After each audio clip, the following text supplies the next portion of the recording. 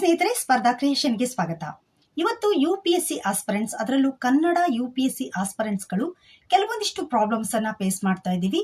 So ಆ ಪ್ರಾಬ್ಲಮ್ಸ್ಗಳು ಯಾವ್ಯಾವ ಇದಾವೆ, ಸೊ ಅವುಗಳಿಗೆ ಸೊಲ್ಯೂಷನ್ಸ್ ಏನು, ಸಾಕಷ್ಟು ಜನ ಕಮೆಂಟ್ ಕೂಡ ಮಾಡಿದ್ದೀರಾ. ಸೊ ಅವುಗಳಿಗೆ ಹಾನೆಸ್ಟ್ ಆಗಿ ನಾನು ಅವಕ್ಕೆ ಆನ್ಸರ್ ಅನ್ನ ಮಾಡುವಂತ ಒಂದು ಪ್ರಯತ್ನವನ್ನ ಮಾಡಿದ್ದೀನಿ. ಇದು ನನ್ನ ಹಾನೆಸ್ಟ್ ರಿಯಾಕ್ಷನ್ ಕೂಡ ಹೌದು. ಅಂದ್ರೆ ಇಲ್ಲಿ ಯಾರಿಗೋ ನನ್ನ ಒಂದು ಈ ವಿಡಿಯೋದಿಂದ ಕೆಲವೊಬ್ಬರಿಗೆ ಬೇಜಾರಾಗ್ಬೋದು, ಕೆಲವೊಬ್ಬರಿಗೆ ಇದು ನಿಜ ಅನಿಸ್ಬೋದು. ಸತ್ಯತೆಯನ್ನು ಒಳಗೊಂಡಿರುವಂತದ್ದು ನಿಮಗೆ ಇವತ್ತು ಗೊತ್ತಾಗದೇ ಇರ್ಬೋದು, ಬಟ್ ಕೆಲವೊಂದಿಷ್ಟು ದಿನಗಳು ಹೋದ್ಮೇಲೆ ಖಂಡಿತ ಈ ಮೇಡಮ್ ಹೇಳಿದ್ದು ನಿಜ ಅಂತ ಅನ್ಸುತ್ತೆ.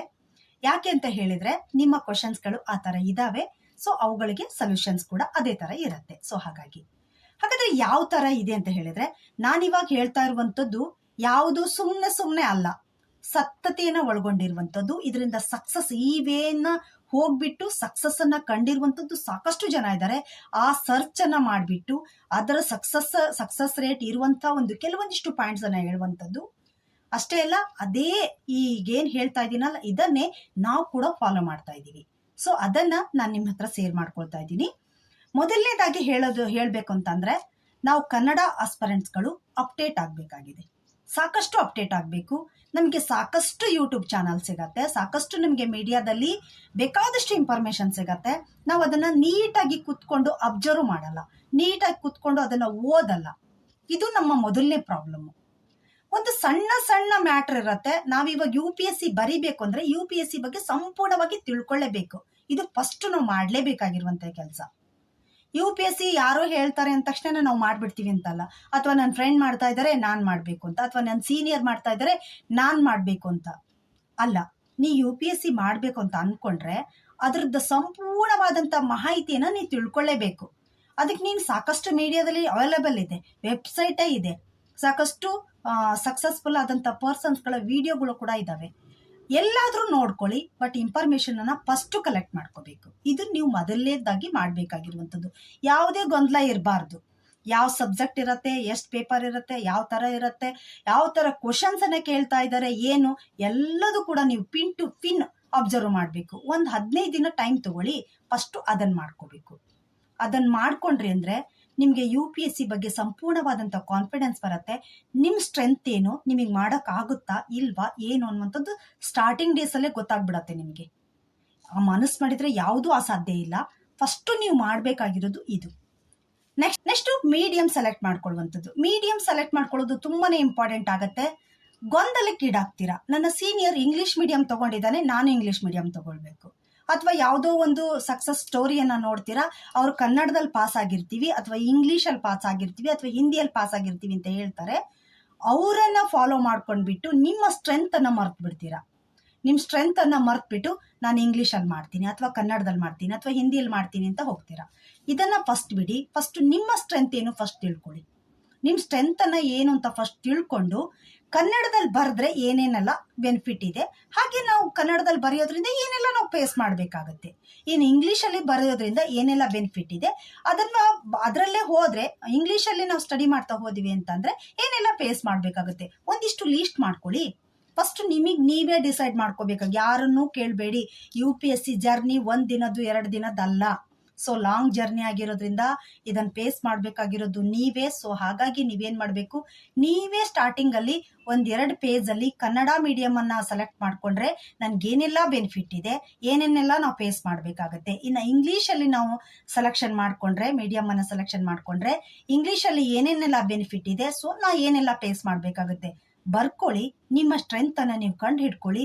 ಆ ಮೀಡಿಯಂ ಅಲ್ಲಿ ಹೋಗಿ. ನಾನು ಕನ್ನಡದಲ್ಲೇ ಬರೀರಿ, ಇಂಗ್ಲಿಷಲ್ಲೇ ಬರೀರಿ ಅಂತ ಹೇಳ್ತಾ ಇಲ್ಲ. ಯಾವುದು ನಿಮ್ಗೆ ನಿಮ್ಮ ಸ್ಟ್ರೆಂತ್, ನಿಮ್ಮ ಇದು ಯಾವುದು ನಿಮ್ಗೆ ಈಸಿ ಅನ್ಸುತ್ತೋ ಅದ್ರಲ್ಲಿ ಹೋಗಿ. ಬಟ್ ಯಾವುದೇ ಮೀಡಿಯಂ ಅನ್ನ ಸೆಲೆಕ್ಟ್ ಮಾಡ್ಕೊಳ್ಳುವಾಗ ಓನ್ಲಿ ನಿಮ್ಮ ಸ್ಟಡಿ ಬಗ್ಗೆ ಅಷ್ಟೇ ಯೋಚನೆ ಮಾಡಬೇಡಿ. ಅಂದ್ರೆ ನೀವು ಓದೋದ್ರ ಬಗ್ಗೆ, ಇದು ಲ್ಯಾಂಗ್ವೇಜ್ ಈಸಿ ಆಗುತ್ತೆ, ಈ ಲ್ಯಾಂಗ್ವೇಜ್ ಟಫ್ ಆಗುತ್ತೆ, ಇಂಥದನ್ನ ಯೋಚನೆ ಮಾಡಬೇಡಿ. ಕರೆಕ್ಟ್ ಆದಂತ ಸೋರ್ಸ್ ಅವೈಲೇಬಲ್ ಇದೆಯಾ, ಆ ಸೋರ್ಸ್ ನಮಗೆ ಸಿಕ್ಕಿರುವಂತ ಸೋರ್ಸು UPSC ಡಿಮ್ಯಾಂಡ್ ಮಾಡ್ತಿರುವಂತ ಒಂದು ಕ್ವಶನ್ಸ್ ಪೇಪರ್ ಅನ್ನ ಸಾಲ್ವ್ ಮಾಡ್ಲಿಕ್ಕೆ ನಮ್ಮಿಂದ ಸಾಧ್ಯತೆ ಆಗತ್ತಾ ಇಲ್ವಾ, ಇದೆಲ್ಲದನ್ನು ಕೂಡ ಮೈಂಡ್ ಅಲ್ಲಿ ಇಟ್ಕೊಂಡ್ಬಿಟ್ಟು ಮೀಡಿಯಂ ಅನ್ನ ಸೆಲೆಕ್ಟ್ ಮಾಡ್ಕೋಬೇಕು. ಫಸ್ಟ್ ನೀವು ಮಾಡ್ಬೇಕಾಗಿರೋದು ಇದೆ. Next NCERT ಬುಕ್ಗಳನ್ನ ಓದ್ಬೇಕಾ. NCERT ಬುಕ್ಗಳನ್ನ ಸ್ಕಿಪ್ ಮಾಡಿದ್ರೆ ನಡೆಯಲ್ವಾ? NCERT ಬುಕ್ ಅನ್ನ ಯಾಕೆ ಓದ್ಬೇಕು? NCERT ಬುಕ್ ಇಂದ ಏನಾದ್ರೂ ಕ್ವಶನ್ ಬರತ್ತಾ? ಅಥವಾ NCERT ಬುಕ್ಗಳನ್ನ ಓದ್ತಾ ನಾವು ಟೈಮ್ ಹಾಳು ಮಾಡ್ತಾ ಇದ್ದೀವಾ? NCERT ಬುಕ್ ಅನ್ನ ಓದಿ ಸ್ಟ್ಯಾಂಡರ್ಡ್ ಬುಕ್ ಅದೇ ಇನ್ಫಾರ್ಮೇಶನ್ ಸ್ಟ್ಯಾಂಡರ್ಡ್ ಬುಕ್ ಅಲ್ಲೂ ಇರುತ್ತೆ. ಸೊ ಅದ್ರ ಬದಲಾಗಿ ನಾವು ಡೈರೆಕ್ಟ್ ಆಗಿ ನಾವು ಸ್ಟ್ಯಾಂಡರ್ಡ್ ಬುಕ್ ಅನ್ನೇ ಓದ್ಬೋದಲ್ಲ. NCERT ಬುಕ್ ಅನ್ನ ಯಾಕೆ ಓದ್ಬೇಕು? ಈ ತರ ಸಾಕಷ್ಟು ಕ್ವಶನ್ಸ್ಗಳು ತುಂಬಾ ಜನರಿಗೆ ಬರ್ತಾ ಇರತ್ತೆ. ಇನ್ನ ಒಂದು NCERT ಬುಕ್ಗಳನ್ನ ಕನ್ನಡದಲ್ಲಿ ಸಿಗತ್ತಾ? ಕನ್ನಡದಲ್ಲಿ NCERT ಬುಕ್ಗಳನ್ನ ನಾವು ಓದಿದ್ರೆ ಈಸಿ ಆಗತ್ತೆ. ಈ ತರ ಎಲ್ಲ ಯೋಚನೆ ಮಾಡ್ತಾ ಇದ್ದೀರಾ? ಈ ತರ ಎಲ್ಲ ಕ್ವಶನ್ಸ್ಗಳನ್ನ ಕೇಳ್ತಾ ಇದ್ದೀರಾ? ಇನ್ನ ಕನ್ನಡದಲ್ಲಿ ಮ್ಯಾಥಮೆಟಿಕ್ಸ್ ಮತ್ತೆ ಸೈನ್ಸ್ ಬುಕ್ಗಳು ಮಾತ್ರ NCERT ಬುಕ್ಗಳು ಕನ್ನಡದಲ್ಲಿ ಇರುವಂತದ್ದು. ಇನ್ನು ಉಳಿದಂತ ಬುಕ್ಗಳು ಯಾವುದು NCERT ಬುಕ್ಗಳಲ್ಲಿ NCERT ಸಿಲೆಬಸ್ ಅನ್ನ ಒಳಗೊಂಡಿರುವಂತ ಕನ್ನಡ ಬುಕ್ಗಳು ಇಲ್ಲ. ಅದ್ರ ಬದಲಾಗಿ ಭಾಷಾಂತರ ಮಾಡಿದಂತ ಕೆಲವೊಂದಿಷ್ಟು ಬುಕ್ಗಳು ನಿಮಗೆ ಮಾರ್ಕೆಟ್ ಅಲ್ಲಿ ಸಿಗತ್ತೆ. UPSC ಸ್ಟಡಿಯಲ್ಲಿ ನಾವು ಮೂರನ್ನ ಮೈಂಡ್ ಅಲ್ಲಿ ಇಟ್ಕೊಂಡು ಸ್ಟಡಿ ಮಾಡಿದ್ವಿ ಅಂದ್ರೆ ಖಂಡಿತ ಸಕ್ಸಸ್ ಸಿಗತ್ತೆ. First one foundation. ಸ್ಟಡಿಗೆ ಸಂಬಂಧಪಟ್ಟಾಗೆ ಫೌಂಡೇಶನ್ ತುಂಬಾನೇ ಇಂಪಾರ್ಟೆಂಟ್ ಆಗುತ್ತೆ. ಈ ಫೌಂಡೇಶನ್ ಅನ್ನ ಹಾಕುವಂತವೇ NCERT ಬುಕ್ಗಳು. ಸೊ NCERT ನ ಸ್ಕಿಪ್ ಮಾಡಿಬಿಟ್ಟು ನೀವು ಸಡನ್ಲಿ ಸ್ಟ್ಯಾಂಡರ್ಡ್ ಬುಕ್ಗೆ ಹೋಗ್ತೀನಿ ಅಂದ್ರೆ ನಡೆಯಲ್ಲ. ಇದು ನನ್ನ ಸಜೆಷನ್ ಕೂಡ ಹೌದು. NCERT ಅನ್ನ ಯಾವುದೇ ಕಾರಣಕ್ಕೂ ಸ್ಕಿಪ್ ಮಾಡುವಂತಿಲ್ಲ. ಇದು ಫಸ್ಟ್ ಒನ್. ಫೌಂಡೇಶನ್ ನಮಗೆ ಸ್ಟ್ರಾಂಗ್ ಆಗಿತ್ತು ಅಂತಂದ್ರೆ ನಾವೇನ್ ಮಾಡ್ಬೋದು, ಏನ್ ಬೇಕಾದ್ರೂ ಕಟ್ಬೋದು. ಫಾರ್ ಎಕ್ಸಾಂಪಲ್ ಆಗಿ ಇವಾಗ ಒಂದು ಬಿಲ್ಡಿಂಗ್ ಅನ್ನ ಕಟ್ಟಬೇಕು ಅಂದ್ರೆ ಫೌಂಡೇಶನ್ ಸ್ಟ್ರಾಂಗ್ ಆಗಿರ್ಬೇಕು. ನಾವು ಸರಳವಾಗಿ ಓದ್ಬೇಕು ಅಂತಂದ್ರೆ ಆ ಭಾಷೆಗೆ ಸಂಬಂಧಪಟ್ಟ ಅಕ್ಷರಗಳನ್ನ ಮೊದಲು ಕಲಿಬೇಕಾಗತ್ತೆ. ಸೊ ಹಾಗೇನೆ UPSC ಅಲ್ಲಿ ನೀವು ಒಳ್ಳೆ ಸ್ಕೋರ್ ಮಾಡಬೇಕು, ನೀವು ಸಕ್ಸಸ್ ಅನ್ನ ಕಾಣಬೇಕು ಅಂದ್ರೆ ಈ ಫೌಂಡೇಶನ್ ಆದಂತ NCERT ಬುಕ್ಗಳು ತುಂಬಾನೇ ಇಂಪಾರ್ಟೆಂಟ್ ಆಗ್ತವೆ. ಸೊ NCERT ಬುಕ್ಗಳನ್ನ ಮಸ್ಟ್ ಅಂಡ್ ಶುಡ್ ಆಗಿ ಓದ್ಲೇಬೇಕು. ಎಲ್ಲಾ ಬುಕ್ಗಳನ್ನು ಓದ್ಬೇಕು ಅಂತಲ್ಲ, ಕೆಲವೊಂದಿಷ್ಟು ಬುಕ್ಗಳು ಯಾವೆಲ್ಲ ಇಂಪಾರ್ಟೆಂಟ್ ಇದಾವೋ ಸೊ ಅವನ್ನ ಓದ್ಲೇಬೇಕಾಗತ್ತೆ. ಇನ್ನ ಅಡ್ವಾನ್ಸ್ಡ್ ಅಂತ ಅಂದ್ರೆ ಸ್ಟ್ಯಾಂಡರ್ಡ್ ಬುಕ್ಗಳು ಅಂದ್ರೆ NCERT ನ ಮುಂದುವರಿದ ಭಾಗ ಸ್ಟ್ಯಾಂಡರ್ಡ್ ಬುಕ್ಗಳಾಗಿರ್ತವೆ. ಸೊ ಆ ಸಬ್ಜೆಕ್ಟಿಗೆ ಸಂಬಂಧಪಟ್ಟಾಗೆ ತುಂಬಾನೇ ವ್ಯಾಲ್ಯೂ ಆಗಿರುವಂತ ಕೆಲವೊಂದಿಷ್ಟು ಬುಕ್ಗಳಿದಾವೆ. ಸೊ ಆ ಬುಕ್ಗಳನ್ನ ಮಸ್ಟ್ ಅಂಡ್ ಶುಡ್ ಆಗಿ ಓದ್ಬೇಕು. ಬುಕ್ ಲಿಸ್ಟ್ ವಿಡಿಯೋ ಕೂಡ ನಮ್ಮಲ್ಲಿ ಅವೈಲೇಬಲ್ ಇದೆ. ಸಾಕಷ್ಟು ನಿಮಗೆ ಬೇರೆಯವರು ಕೂಡ ಸಕ್ಸಸ್ಫುಲ್ ಆದಂತವ್ರು ಹೇಳಿರ್ತಾರೆ. ಸೊ ಅಂತ ಬುಕ್ ಲಿಸ್ಟ್ ಅನ್ನೇ ಫಾಲೋ ಮಾಡಿ. ಯಾರು ನಿಮ್ಗೆ ಸಾಕಷ್ಟು ಜನ ಹೇಳಿರ್ತಾರೆ ಅಂತಂದು ಎಲ್ಲರದ್ದನ್ನು ಫಾಲೋ ಮಾಡಕ್ ಹೋಗ್ಬೇಡಿ. ನಾನೇ ಇವಾಗ ಹೇಳ್ತಾ ಇದ್ದೀನಿ ಅಂತಂದ್ರೂ ಕೂಡ ಅದನ್ನ ಫಾಲೋ ಮಾಡಕ್ ಹೋಗ್ಬೇಡಿ. ಫಸ್ಟ್ ಅದ್ರ ಬಗ್ಗೆ ಡೀಟೇಲ್ಸ್ ಆಗಿ ತಿಳ್ಕೊಳ್ಳಿ. ಆ ಬುಕ್ ಎಷ್ಟು ವ್ಯಾಲ್ಯೂ ಇದೆ, ಸೊ ಅದರಿಂದ ನಮಗೆ ಬೆನಿಫಿಟ್ ಇದೆಯಾ ಇಲ್ವಾ ಅನ್ನುವಂಥದ್ದು ಸಾಕಷ್ಟಿದೆ. ಸುಮ್ಮನೆ ಎಲ್ಲೋ ಟೈಮ್ ಅನ್ನ ಹಾಳು ಮಾಡ್ಕೊಳ್ಳೋ ಬದಲಾಗಿ ಇದರಲ್ಲಿ ನಿಮ್ಮ ಟೈಮ್ ಅನ್ನ ಸ್ಪೆಂಡ್ ಮಾಡ್ಕೊಳ್ಳಿ. ಖಂಡಿತ ನಿಮ್ಮ ಲೈಫಿಗೆ ಇದು ತುಂಬಾನೇ ಯೂಸ್ಫುಲ್ ಆಗಿರುವಂತದ್ದು. First foundation, next advanced, next value added ಅಂತಂದ್ರೆ ಕರೆಂಟ್ ಅಫೇರ್ಸ್ ಇರ್ಬೋದು, ಮ್ಯಾಗಝಿನ್ ಇರ್ಬೋದು, ಅದರ್ ಮೆಟೀರಿಯಲ್ ಇಂದ ನೀವು ಹಿಡ್ಕೊಂಡ್ಬಿಟ್ಟು ಅದು ನಿಮ್ಮ UPSC ಈ ಸ್ಟ್ಯಾಂಡರ್ಡ್ ಬುಕ್ಗಳು ಮತ್ತು NCERT ಬುಕ್ಗಳಿಗೆ ಲಿಂಕ್ ಮಾಡ್ಕೊಂಡ್ಬಿಟ್ಟು ಕ್ವಶನ್ ಪೇಪರ್ ಬಿಡಿಸ್ಲಿಕ್ಕೆ ಸಹಾಯಕ ಆಗುವಂತದ್ದೇ ಈ ವ್ಯಾಲ್ಯೂ ಎಡೆಡ್ ಮೆಟೀರಿಯಲ್ಸ್. ಸೊ ಈ ವ್ಯಾಲ್ಯೂ ಎಡೆಡ್ ಮೆಟೀರಿಯಲ್ಸ್ ಅನ್ನ ಯೂಸ್ ಮಾಡ್ಕೊಳ್ಳುವಂಥದ್ದು ತುಂಬಾನೇ ಇಂಪಾರ್ಟೆಂಟ್ ಆಗುತ್ತೆ. ಅದು ಯಾವುದೋ ಒಂದು ಮ್ಯಾಟರ್ಸ್ ಇರ್ಬೋದು. ಸೊ ಅದೆಲ್ಲದೂ ಕೂಡ ನಿಮ್ಗೆ ಕ್ರೋಢೀಕರಣ ಆಗ್ಬಿಟ್ಟು ನಿಮ್ಮ ಒಂದು ಕ್ವಶನ್ ಪೇಪರ್ ಸಾಲ್ವ್ ಔಟ್ ಮಾಡ್ಲಿಕ್ಕೆ ಹೆಲ್ಪ್ ಆಗುವಂಥದ್ದು ಈ ವ್ಯಾಲ್ಯೂಯೇಟೆಡ್ ಆಗುತ್ತೆ. ಸೊ ಇದನ್ನೆಲ್ಲದನ್ನು ಕೂಡ ಆಡ್ ಮಾಡಿಕೊಂಡು ಬಿಡಿಸುವಂಥದ್ದು ಅಂದ್ರೆ ಫೌಂಡೇಶನ್, ಅಡ್ವಾನ್ಸ್ ಮತ್ತೆ ವ್ಯಾಲ್ಯೂಯೇಟೆಡ್ ಈ ಮೂರನ್ನ ಮೈಂಡ್ ಅಲ್ಲಿ ಇಟ್ಕೊಂಡ್ಬಿಟ್ಟು ನೀವು ಸ್ಟಡಿ ಮಾಡಿದ್ರಿ ಅಂದ್ರೆ ಖಂಡಿತ ಸಕ್ಸಸ್ ಆದೇ ಆಗ್ತೀರಾ. ಇದನ್ನ ಫಾಲೋ ಮಾಡಿ. ಸಕ್ಸಸ್ ಆಗ್ಲಿಲ್ಲ ಕೇಳಿ, ಓಕೆನಾ?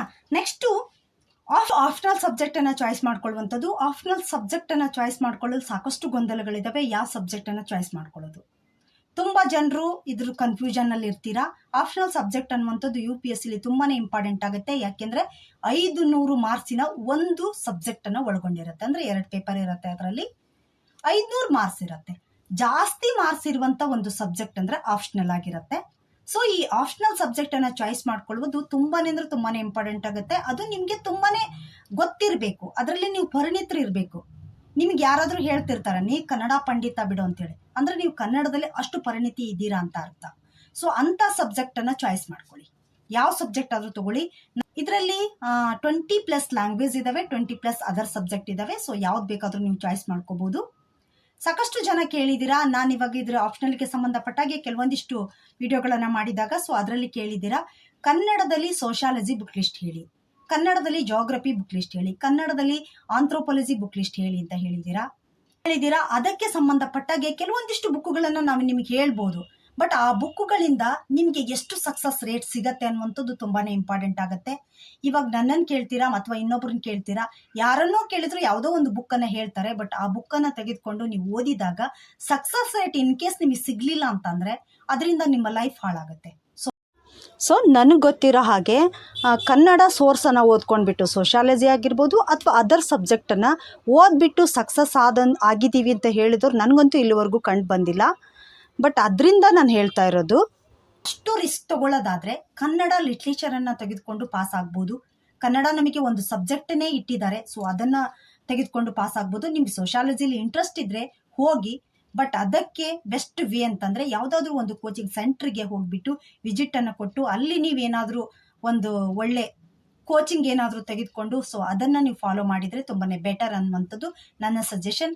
ಬಟ್ ಸುಮ್ಮನೆ ನೀವು ಮನೆಯಲ್ಲೇ ಓದುವಾಗ ಈ ಥರ ರಿಸ್ಕ್ ತಗೊಳ್ಳೋದು ಬೇಡ ಅನ್ಸುತ್ತೆ. ಕೋಚಿಂಗ್ ಸೆಂಟರ್ ಮೊರೆ ಹೋಗುವಂಥದ್ದು ಉತ್ತಮ.